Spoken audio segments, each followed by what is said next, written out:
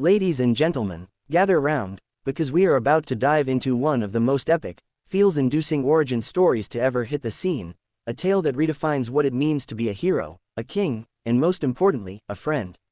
This is the complete life story of the being known as Ashborn, the one true Shadow Monarch. Imagine the very fabric of existence, not as a peaceful cosmos, but as a battlefield so vast and ancient that time itself struggles to remember its beginning. This is not a fight for a single world, but for the destiny of every reality, a war painted on a canvas of stars and silence. On one side, the rulers, beings of order and structure, who see themselves as the shepherds of creation, guiding it with a firm, some might say rigid, hand. And on the other, the monarchs, forces of pure, unadulterated chaos and destruction, who believe that only through absolute annihilation can a new, stronger existence be reborn. Their conflict is the engine of cosmic history, a cycle of clash and retreat that has repeated for eons. And in the middle of this impossible conflict, there is a solitary figure. He is not a ruler, nor is he truly aligned with the monarchs, despite bearing the title. He is the Monarch of Transfiguration, Ashborn. While his peers revel in their destructive purpose or stand unwavering in their dutiful opposition, he stands apart. His power is immense, perhaps even rivaling the greatest of them, but it is a power that isolates him more effectively than any prison. He is the ultimate outsider, looking in on a game whose rules he finds not just flawed, but fundamentally broken. He watches as worlds become collateral damage, as lives are snuffed out like candles in a hurricane, all for an ideological war that has no end in sight. The other monarchs are a cacophony of ambition and rage, a roaring fire that consumes everything it touches. The rulers are an immovable glacier, cold and unyielding. And Ashborn, he is the quiet echo in the emptiness between them, a god drowning in the silence of his own thoughts. This is the core of his loneliness. It isn't just about being physically alone, it's a philosophical solitude so profound it becomes a part of his very essence.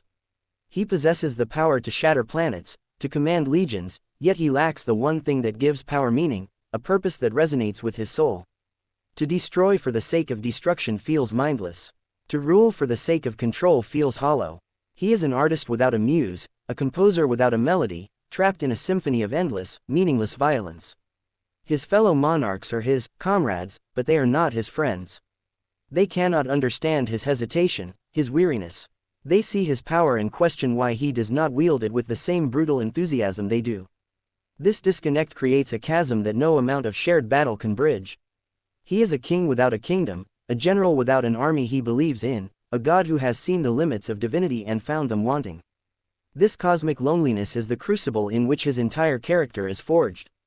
It's not a simple personality trait, it's the driving force behind every decision he will make for millennia to come. It's what makes him different from every other overpowered being in anime lore. He isn't seeking more power. He's seeking a reason. He is, in many ways, the most relatable part of this grand, cosmic struggle. Haven't we all, on a much smaller scale, felt out of place? Felt like we're playing a game we don't understand, or following a path laid out by others that feels wrong in our hearts? Ashborn's loneliness is that feeling, amplified to a universal scale. He is the ultimate employee stuck in a dead-end, eternal job, watching his coworkers either burn out with toxic passion or stagnate in mindless compliance, and he's the only one asking, but what's the point? This profound weariness is what leads him to make the most desperate, audacious gamble a being of his stature could conceive. He decides to stop being a god and try to become something else. He turns his gaze away from the infinite battlefields and toward a single, fleeting, insignificant speck in the cosmos, a dying young man on a planet called Earth. In that moment, Sung Jin-woo isn't just a potential vessel, he is an answer to a question Ashborn has been asking for eons. Can a human heart, with all its messy emotions, its capacity for love, sacrifice, and rage, wield absolute power without becoming corrupted by it? Can it find a purpose where a god could not? This is where the reluctant king is born. Ashborn doesn't force his way in. He doesn't possess Jin-woo like a demon. He offers a choice, a contract. He gives Jin-woo the system, a structured, game-like interface, not as a cage, but as a training ground. It is a gentle, almost paternal way of guiding his successor. He is the ultimate mentor, watching from the shadows as his student learns to walk, then run, then fly. He isn't building a weapon, he is nurturing a successor. And as Jin-woo grows, something miraculous happens. The power of the shadows, which for Ashborn was a symbol of his isolation, begins to transform. When Jin-woo raises Ygritte, the stoic knight isn't just a soldier, he becomes a loyal protector. When he defeats Beru, the arrogant ant monarch becomes a fiercely devoted general. Every shadow Jin-woo extracts adds not just to his army, but to his family. The shadows become a community, a kingdom built on respect and earned loyalty, not just brute force. Ashborn, watching through Jin-woo's eyes, finally sees his power being used for something he could never create himself: connection. He was a king without a kingdom because he never wanted a kingdom of subjects. Through Jin-woo, he inadvertently builds a kingdom of comrades. He was a god who found no purpose in his divinity, so he bequeathed that divinity to a mortal, who would use it for the most human of purposes, to protect his home and his loved ones. Ashborn's journey from a lonely god to a reluctant king is not about him claiming a throne. It is about him finally, after countless millennia, finding a throne that was worth claiming, a throne built not on cosmic power, but on human bonds, a legacy carried forward not by air of blood, but by air of heart. He was lonely because he had no one to fight for, and in the end, he became a king by finding someone he was willing to stop fighting for, and instead, fight through. Imagine the ultimate power, the kind that can make continents tremble and rewrite the laws of physics. For the being we know as Ashborn, this power was a birthright, and for the longest time, it was utterly meaningless. It was a beautiful, terrifying instrument in a soundproof room. It could create symphonies or cacophony, and no one would ever hear it. He was a sculptor with no clay, a painter with no canvas. His strength was a monument to his own isolation. This is the crucial context. For him, power was not the goal. It was the problem. It was the very thing that set him apart, that made the connections he saw in lesser beings seem forever out of reach. This is why the entire system, the entire journey of Sung Jin-woo, is not a test of strength, but a test of heart. The catalyst, the single most important moment that bridges the ancient, weary god and the determined, human vessel, is not a display of overwhelming force. It is an act of pure, selfless sacrifice. Think of the most pivotal moment in the most gripping Korean anime, the moment where the flashy battles end. Power-ups fall away, and the story becomes raw and human. For Ashborn, that moment was watching Jin-woo in the double dungeon, choosing to stay behind and face certain death to give his party members, people who had often looked down on him, a chance to escape. In that instant, Jin-woo was at his absolute weakest in terms of level and stats, but he was displaying a strength that Ashborn, in all his eons of existence, had never truly wielded, the strength of sacrifice. This wasn't a calculated move for future gain. It wasn't a strategic retreat. It was a choice made from the core of his character. He was the world's weakest hunter, offering the only thing he had left, his own life, as a shield for others. This was the key that unlocked everything. Ashborn, the ultimate spectator, saw in that act a purpose so bright and so potent that it outshone all the cosmic power he possessed. It was the answer to the question he had been asking for millennia. This was the magic he had been searching for. From that point on, every level Jin-woo gained, every stat he increased, was not for its own sake. It was fuel for a fire that had already been lit by that sacrifice. The power became a means to an end, and that end was always, protection. When he fought to earn money for his mother's hospital bills, he was protecting his family. When he cleared dungeons to prevent disasters, he was protecting his city. When he raised his shadow army, he wasn't just collecting weapons, he was building a fortress around everything he held dear.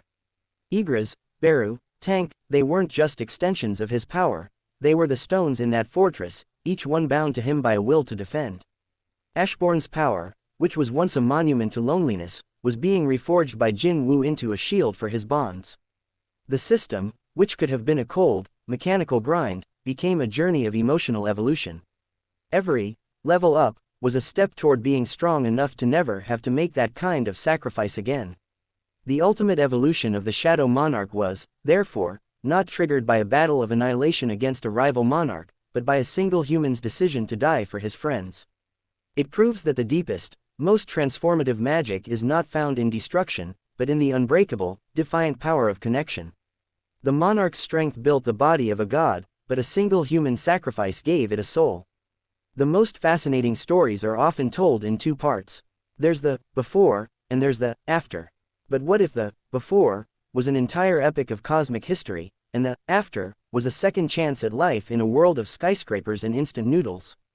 This is the incredible narrative structure of this tale, one soul's journey told across two radically different lifetimes. It's not a simple possession or a reincarnation where the past is forgotten, it's a deliberate, conscious passing of the torch from a weary, ancient self to a vibrant, modern successor.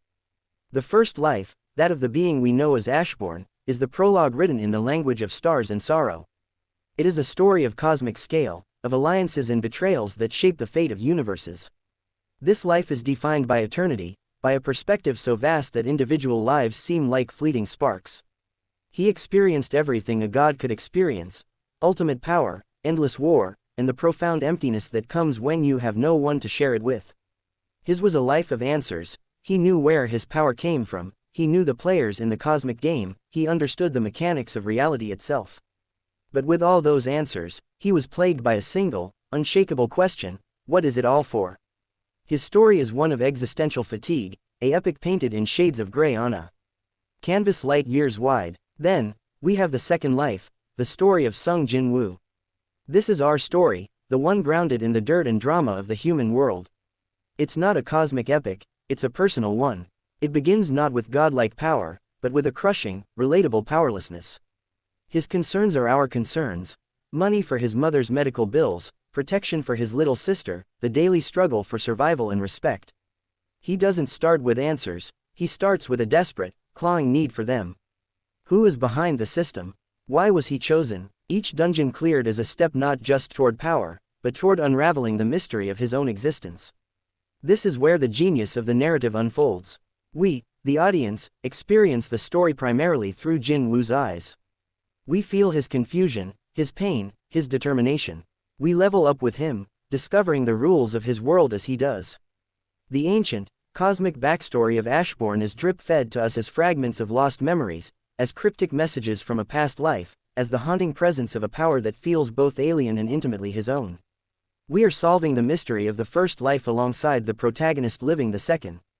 The final, breathtaking convergence is not one life consuming the other.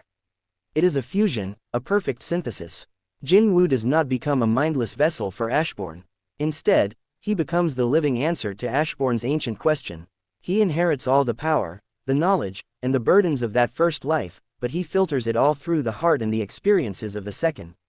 He takes the cosmic purpose of a monarch and redefines it through the simple, human purpose of a son and a brother.